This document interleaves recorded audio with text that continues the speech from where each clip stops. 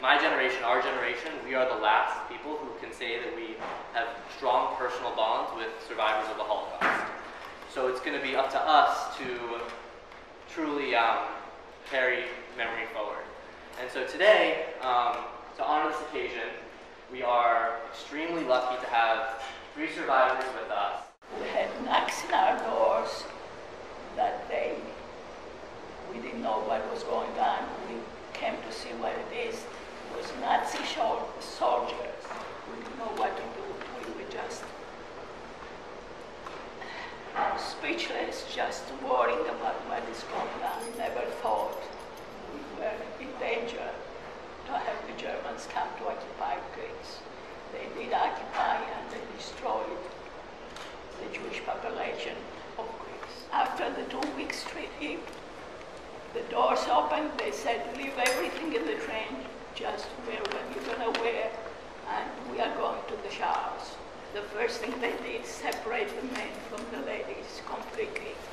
I never saw my brothers or my father from that minute on. It was a long day. They shaved my head and they put the numbers in our arms. We still have it. And they took us to the showers with hundreds of women. They told us to undress to get into the shower. We undressed in piles of clothes. Everybody put them down.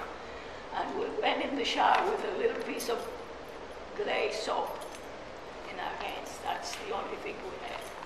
They assigned us in one barrack. We thought maybe we'll find the ones that they went by truck in there. It was empty, and they ignored us. They didn't know what we were talking about. We talked Greek, and the others talked all other languages. Until finally we got some Greek girls that have been there from Salonika for about a year. And we tried to ask them what happened, where are the people that went in that truck. And first they just didn't want to tell us, and then they say, well, everybody that went by truck, instead of the showers, they went to the crematorium straight. And they took us out the door, and they showed us the building with the flames coming up and the smoke coming out of the chimney. And they told us that's where they are. Those crematoriums were burning day and night as more people came from other countries and other cities. After the winter, they took us to Bergen, Belgium. And somehow, as the weather started getting a little warmer, an epidemic hit the ground, things that everybody was sick with vomiting and diarrhea, and before you knew there were corpses all over the place. The English soldiers came in the end of February, April 29th. And they saw what was going on there, and they couldn't believe their eyes. It was full of corpses and full of skeletons with our eyes bulged. When I fell in the ground, I was thinking, we are liberated. I don't want to die now. But I was talking to myself. There was nobody there. And somehow I found myself in a hospital in a clean bed. The thought that my brothers were much older than me and stronger and more worldly, I felt they should be surviving as well, and that kept me trying to get better. And he told me that my brothers, all 3 of them, died in the very end of the, and he explained even the details how. And that really crushed me. I didn't have any reason to live anymore. 3 uncles in America, and they learned about my survival. My cousins and my aunt and everyone received me with open arms and gave me a new life. And I decided I'm going to live it the best I can. One morning, knock on the door, and there were two great big policemen and a couple of Gestapo agents in their black uniforms saying, "You've got an hour to pack your bags." We were taken to the railway station in the city of Karlsruhe. We were taken out along the Kaiserallee, which is the main street of Karlsruhe. And we walked up the street, and gradually Gestapo agents and policemen came from the side streets with more Jewish folks. We were at the railway station, and I'm told there were some 900 Jews from the city of Karlsruhe. And when the train crossed the Rhine River on the way west, a loud cheer went through the whole train because everybody realized we were not going east, we were going west. Well, they didn't know that just delayed the ultimate. 3 days later, we arrived on a dark and rainy night and were transferred to open trucks in the rain to Camp de Gurs, G-U-R-S, which is in the southern France, bordering the Spanish border. My mother sent me and my brother. He was 2 years younger than I was 8. She sent me around to the other empty barracks to see if there's anything for salvaging. Well, we found a couple of empty bed frames made out of 2x4s with wires across the top, and we found some moldy canvas bags with some straw in them. So we brought all that stuff back, and we had beds for my mother and my aunt, who was there with us, and another bed for my brother and myself. No blankets, but we had each other to keep us warm. We spent about a year in the concentration camp. When people ask me about Camp de Gurs, I say, all I remember is mud. The mud was waist high in places.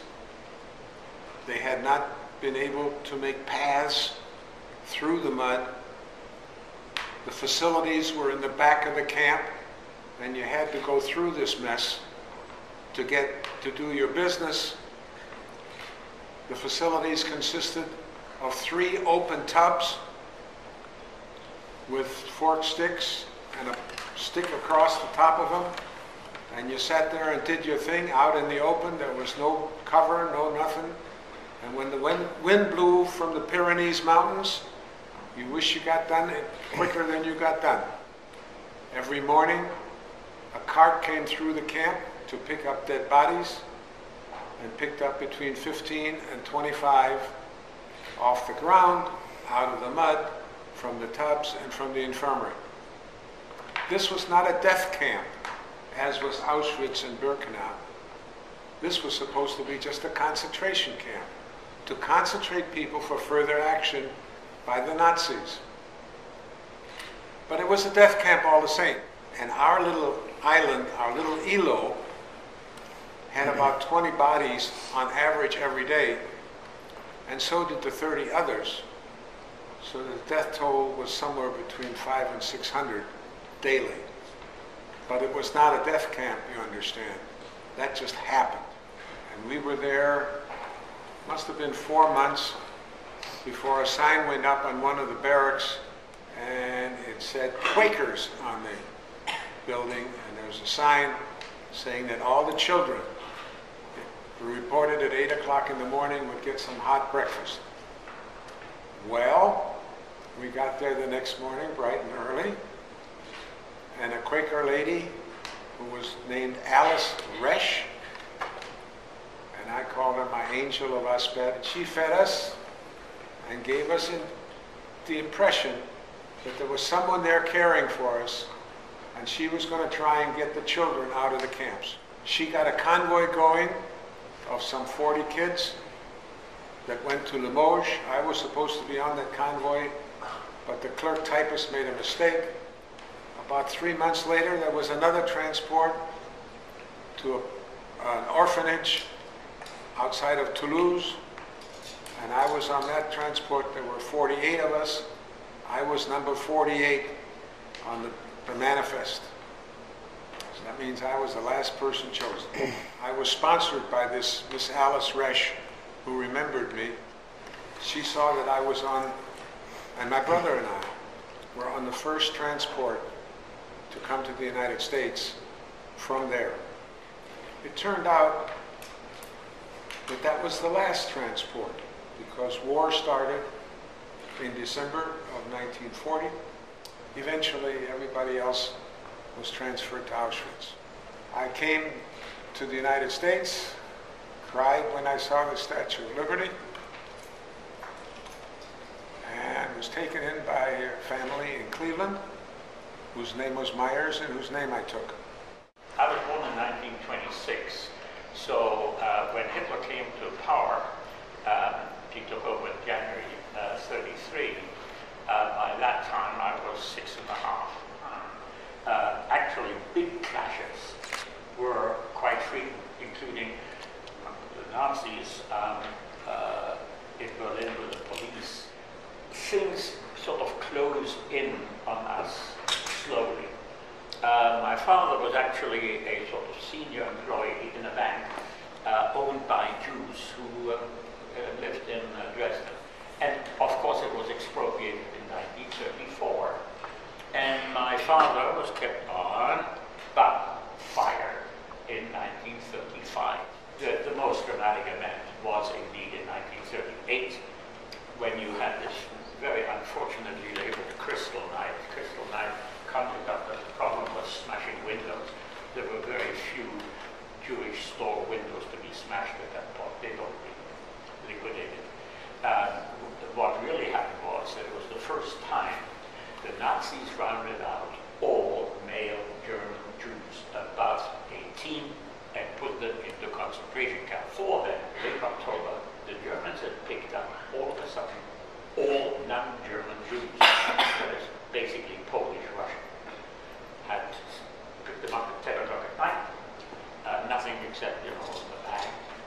And next morning, put them on a train, waiting in the various stations all over Germany, and deposited them on the border with Poland, which certainly did not want to accept Jews. On the 11th, I think, the door knocked. I opened the door. In stormed two Gestapo men. My father was typical of many German Jews, was so nationalistic that he thought if they knew that I had the Iron Cross second class from the First World War, they wouldn't possibly take me. So he turned around to go to his desk in order to get his Iron Cross second class, and they got out their revolver, and he, thank God, stopped. They took him out. He took the wrong coat. He was already and got pneumonia. And he was in Buchenwald. Returned an absolute wreck. A month later, the British reacted to this by saying, "We will take Jewish German children, but not their parents." And that episode was known as the Kindertransport, children's transport. And off I went to England. And there was a hook by Holland over to Harwich. Ended up in a camp constructed to have British workers from the Midlands who didn't have money nor ability to go to the coast, to go there in their summer vacation. So you can imagine what the camp was like in January 1939. But I didn't mind. I was just, I was 12 and a half. I was deeply aware of what was going on. And I did all right in the end. First I went to London, I was partly in the Blitz, but then I found out very well. And that's really my story, and you can see that's not survival. It's sort of an in-between kind of thing. I have been speaking about the Holocaust in various locales. And the reason I speak to people is to remind them and to teach them that the Holocaust was real and that we survivors say to people who are deniers, we say, hey folks, we were there. We saw it. Trouble is that survivors are becoming old and few. And pretty soon there won't be any. So you guys are going to have to say, I spoke to a survivor who said, by God, I was there. So that's what you can do for them.